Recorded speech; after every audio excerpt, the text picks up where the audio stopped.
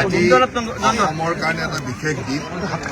অসমত প্ৰথমবাৰৰ বাবে শ্লিপ নামিছে, গতিকে আমাৰ কাৰণে অত্যন্ত আনন্দৰ দিন।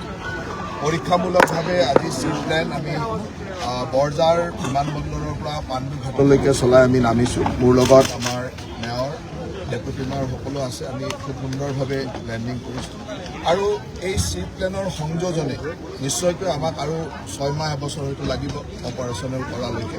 গতিকে আমাৰ চেষ্টা থাকিব কিমান সোনকালে ইয়াক অপাৰেশ্যনেল পৰ্যায়লৈ আনিব পৰা যায়। আজি পৰীক্ষামূলকভাৱে নামিছে আৰু আপোনালোকে জানি আনন্দিত হ'ব, ভাৰতবৰ্ষত প্ৰথমবাৰৰ কাৰণে নদীত নামিছে।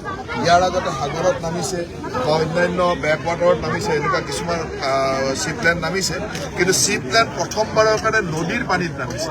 গতিকে এইটো আমাৰ কাৰণে আনন্দৰ কথা আৰু এই পৰীক্ষামূলক যেতিয়া সফল হ'ল, মই ভাবোঁ যে অসমৰ যোগাযোগ ব্যৱস্থা আৰু পৰ্যটন ক্ষেত্ৰখনৰ এটা ডাঙৰ সংযোজন।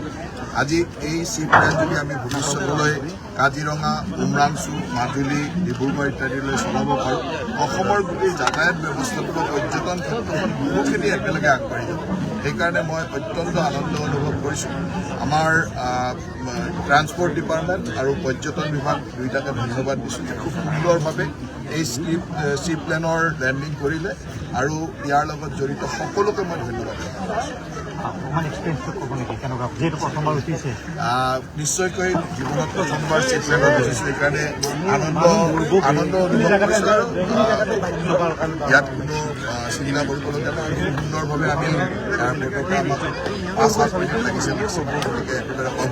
তাৰ আগতে লেণ্ডিঙৰ আগত ব্ৰহ্মপুত্ৰৰ ওপৰত এপাৰ্টখন ঘূৰাইছে, গতিকে চায়ো ভাল লাগিছে আৰু খুব সুন্দৰ এটা। আৰু ওপৰৰ পৰা যিটো ভিউ, এই ভিউটো সঁচাকৈ মনোমোহা। ইয়াততো বহুত বেছি খৰচ, কিন্তু আমাৰ কাৰণে, বিশেষকৈ অসমৰ দৰে ৰাজ্য এখনৰ কাৰণে য'ত যথেষ্ট পৰিমাণে ৱাটাৰ বডি আছে আৰু প্ৰত্যেক টুৰিষ্ট ডেষ্টিনেশ্যনৰ ওচৰত খুব সুন্দৰ সুন্দৰ ৱাটাৰ বডি আছে, আৰু সেইকাৰণে মই ভাবোঁ যে অসমত শ্লিপ প্লেনৰ ছাকচেছফুল হোৱাটো অসমৰ ভৱিষ্যতৰ পৰ্যটন উদ্যোগ আৰু অসমৰ যোগাযোগ ব্যৱস্থাৰ কাৰণে এটা অত্যন্ত নতুন সংযোজন আৰু অত্যন্ত সুদূৰ প্ৰসাৰী সংযোজন। যিকোনো ঠাইত আপোনাৰ নমাৰ সুবিধা থাকিব নিশ্চয়কৈ, কাৰণ ৱাটাৰ বডি থকা ঠাইত, যিকোনো জলাশয় থকা ঠাইতে আমি নামিব পাৰিম। গতিকে আজি ইয়াৰ পৰা কাজিৰঙালৈকে গৈ কাজিৰঙাৰ ব্ৰহ্মপুত্ৰৰ আমি সৌন্দৰ্য দেখা যাব, বা ইয়াৰ পৰা মাজুলীলৈকে যোৱা, ইয়াৰ পৰা উমৰাংচুলৈকে যোৱা কিছুমান এনেকুৱা ডেষ্টিনেশ্যন অসমত আছে যিবিলাকে এনেকুৱা ধৰণৰ জলাশয়ৰ পাৰতে আছে, আৰু জলাশয়ৰ জৰিয়তে যদি আমি যোগাযোগ কৰিব পাৰোঁ, কাৰণ ইয়াৰ পৰা কাজিৰঙালৈ হয়তো 15-20 মিনিট, ইয়াৰ পৰা উমৰাংচু আধা ঘণ্টাৰ ভিতৰত।